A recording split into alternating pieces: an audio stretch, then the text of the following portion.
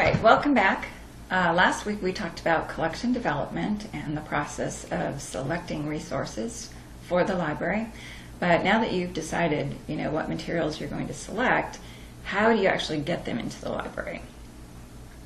This is a three-part series because there's so much information to convey. I thought it would be better to break it up into 3 different videos than to try to put it all in one very long video. Makes it easier to find information if you need to go back and look for it, and you can take a break in between videos. It's also a 2-week module because there's so much information, so it will give you time to be able to view the videos and take the quiz and not feel rushed. Acquisitions is the process of budgeting, selecting, ordering, receiving, and invoicing materials to make them available through the library. Acquisitions also includes acquiring materials through gifts or exchanges. Part of the acquisitions process includes negotiating with vendors about costs and licensing, as well as setting up purchasing processes such as approval plans, standing orders, shelf-ready processing, or demand-driven acquisitions. Now recognize that I just threw out a bunch of library jargon that you may or may not know what it means, but don't fear, I will explain it as I go along. If there's a term that I am using that you don't understand what it means, you can always search in the online Dictionary of Library and Information Science, and that resource is available through the Texts and Resources page in Canvas. Excuse me. Or you can just Google ODLIS, O-D-L-I-S, and get to it. It's a very good resource for defining these library terms. So it makes sense to start the discussion about acquisitions with budgeting and structuring the materials ledger. Some library media centers receive a lump sum budget for all expenses of the library based on a percentage of the school budget or a certain dollar amount per student, and it's up to the library media specialist to determine how the funds will be divided to meet the needs of the library. Some libraries receive a materials budget that's separate from the budget for paper, office supplies, and personnel expenses. Other libraries receive no set budget at the beginning of the year, and the library media specialist has to make a case for the budget being requested based on the needs of the school and in competition with other departments in the school that are requesting funding. And I'm sure that there's some library that has some form of this or other. It's all libraries are different, and all schools do things a little bit different. So there's some form of this going on in your school library. The collection development budget is only a part of the entire library budget. It may not be a separate line in the school budget, but it should be accounted for separately by the library media specialist from the other expenses in the library. So you should be tracking the funds that are being used to purchase materials separately from funds that you use to purchase other things in the library. As school budgets decrease, so do school library media center budgets. Unfortunately, the cost of resources continues to rise. As you can see from the data on the slide, cost per book exceeds the amount spent per student in 2014. The reality is that most library media center budgets need to be supplemented in some way in order to be able to purchase sufficient new resources. Unfortunately, this is the state of the situation nowadays. The American Library Association and School Library Journal have gathered survey data, resource cost data, and other resources to support advocacy efforts, and the information I have on the slide is from some of the resources that they provide.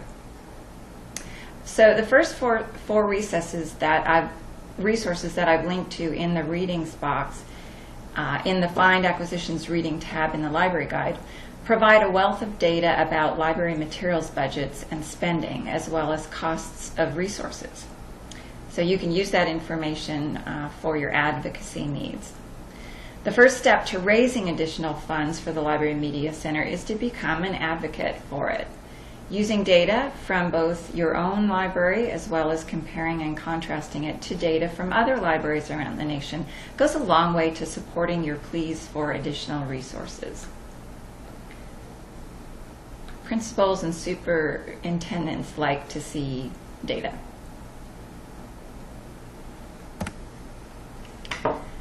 Be creative about funding. Often multiple funding resources will need to be tapped. So collaborate with other school departments on large-scale projects such as purchasing laptops for students to check out, or with teachers to work on a grant together that will provide materials for the classroom and the library.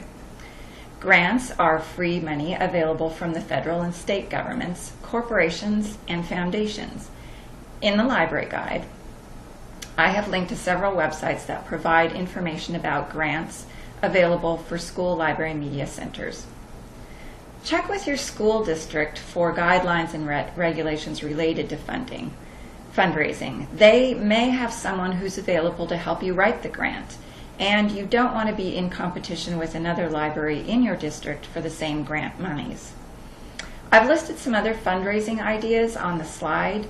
I've also listed a book by Stanley Levinson that provides links to a variety of fundraising opportunities on the library guide. There are many opportunities available for supplementing a limited or even non-existent materials budget. Although it can be disappointing and frustrating to not have the financial support from the district that you feel the library should have, nevertheless, creativity, ingenuity, and energy can go a long way to bringing in funds for those resources. And let me tell you, when supervisors, such as principals and supervisors, view the library media specialist as an advocate for the library rather than a complainer about what they don't have, they are more likely to be inclined to try to find money for you. They want to serve the students just as you do, and when you can advocate for the library as a way of serving the students, that goes a long way towards getting what you need.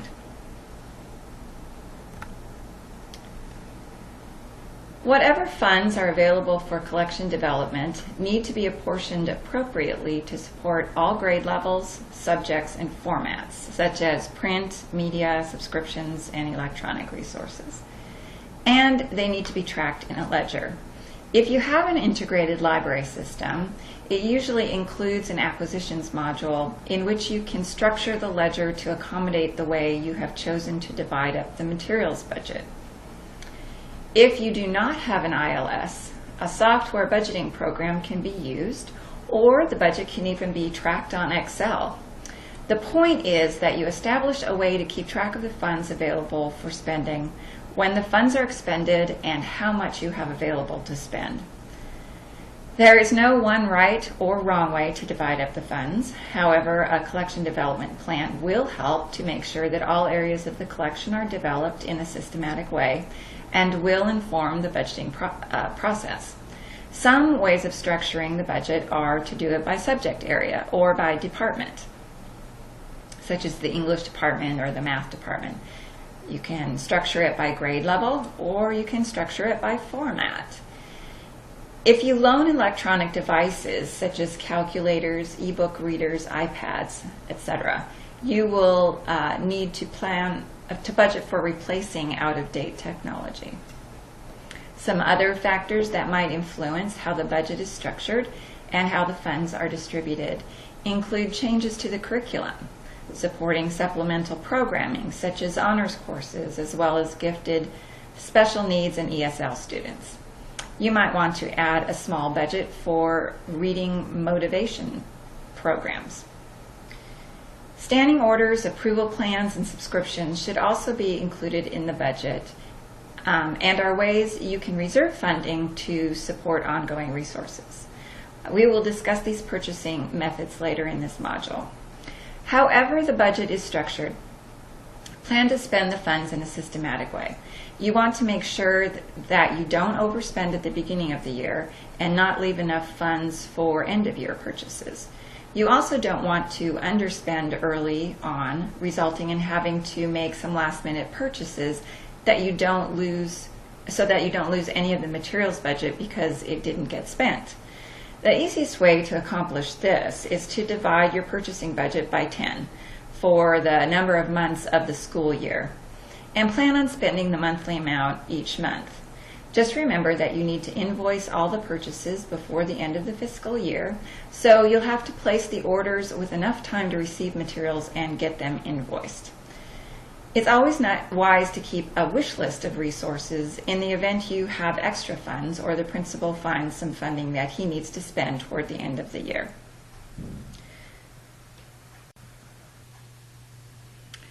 Okay, I thought it would be a good idea to have you look at what I'm talking about. It's one thing to sort of have me talk about something kind of abstractly, but I think it makes more sense when you're actually looking at a structure. So I've got a mock ledger here. You can see that it indicates that it's library materials budget for 2015-2016 school year. And then I've divided it by subject: English, math, science, etc. But I've also got an allocation for fiction, another one for reference, another one for electronic devices, knowledge-making tools. And so I've divided each of the subject areas up then by grade, and allocated some funds in each of them. And as you can see, there's an amount that's encumbered here, and $7.68 have been spent, and so $25.32 are remaining. So if I go and look at the English 10th grade tab, these numbers don't match because I just kind of threw them in here to give you an idea, but you can see I've got an allocated amount and then how much has been ordered. So that's your encumbered amount. And the encumbered amount will be a running total based on what you've encumbered minus what you've received and the difference. And then there's a balance so that I know how much funds are remaining in that allocation. So there's $41 still remaining. But some of that has been encumbered, so what's really available to be spent here is $18. So this is just a structure, one way of doing a ledger that maybe by seeing it, it makes more sense what I'm talking about. Okay.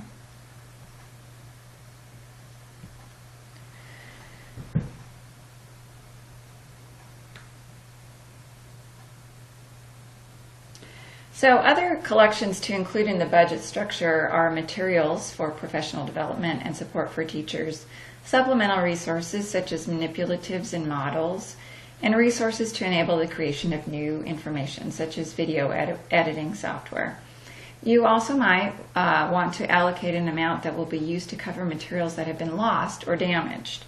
I don't know if your library charges fees for that, but if so, and the school or the district budgets it in such a way that you can have that as an allocation, then it's good to keep track of those funds and make sure that they're spent to replace the things that were lost. Finally, do processing supplies come out of your materials budget, or is there a separate supplies budget that can be used for? These are all important things to consider when structuring a collection development budget.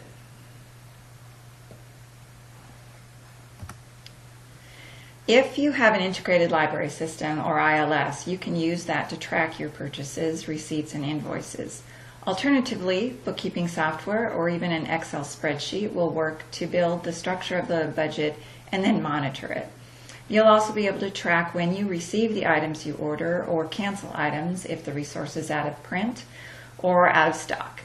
Keeping the accounting up to date will enable you to respond to any last-minute need with flexibility. So as you could see in that ledger that I had, I always knew how much was available to be encumbered and how much I actually had in the account.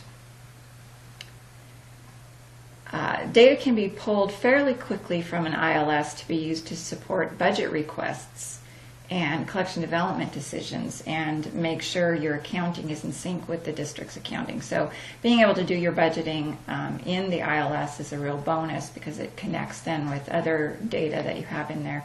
But if you don't have that availability, an Excel spreadsheet will work just fine. I've got some birds out on the porch that are flittering about out there, and they're kind of distracting me. Sorry about that.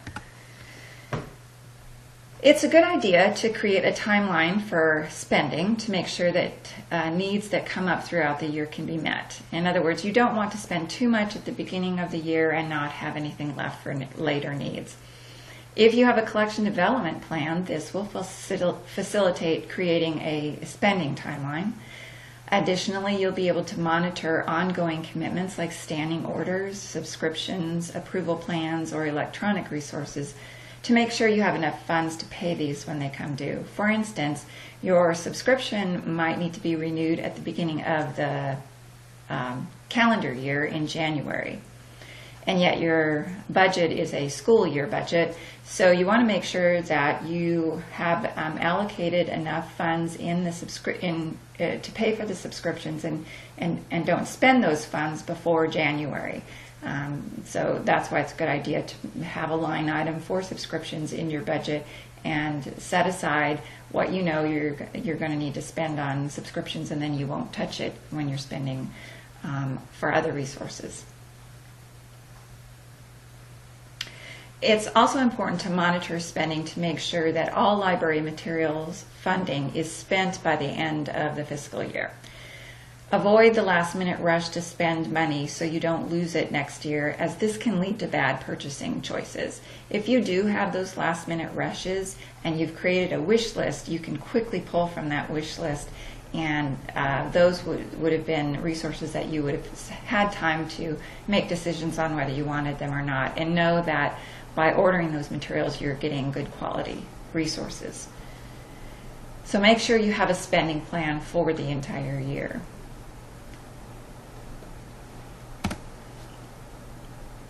One benefit of closely monitoring your collection development budget is that you can communicate to the teachers how much you have spent and how much you have available for areas that they're concerned about, and that way you demonstrate that you're supporting their teaching. If they have a last-minute request for a resource, you can then be in a position to be flexible about supporting those requests. Remember, all of our connections with teachers, and the principal and administration are opportunities to demonstrate that you care about what they're doing and you want to support what they're doing, so that you can hopefully build advocates for the library through the teachers. One way to curry favors with the teachers is to set aside an amount for each grade or subject area that the teachers are allowed to spend. The teachers can go shopping in publishers' catalogs, or you can show them some reviews sites, and the resources will be purchased, of course, upon final approval by the library media specialist. And that demonstrates your willingness to respond to the teacher's requests, and they feel like they have a little bit of a say in what goes on in the library. Periodically report how much is left to spend and which resources they have requested that are now available. This encourages transparency and collaboration. So, for 5 points of extra credit, send me an email letting me know how much your library media specialist has to spend on materials for the library. And I think it might be pretty enlightening for you to know what that is. The second part of the acquisitions lecture, I will cover the selecting, ordering, receiving, and invoicing operations that make up the bulk of the acquisitions process. So for part 1, we are done.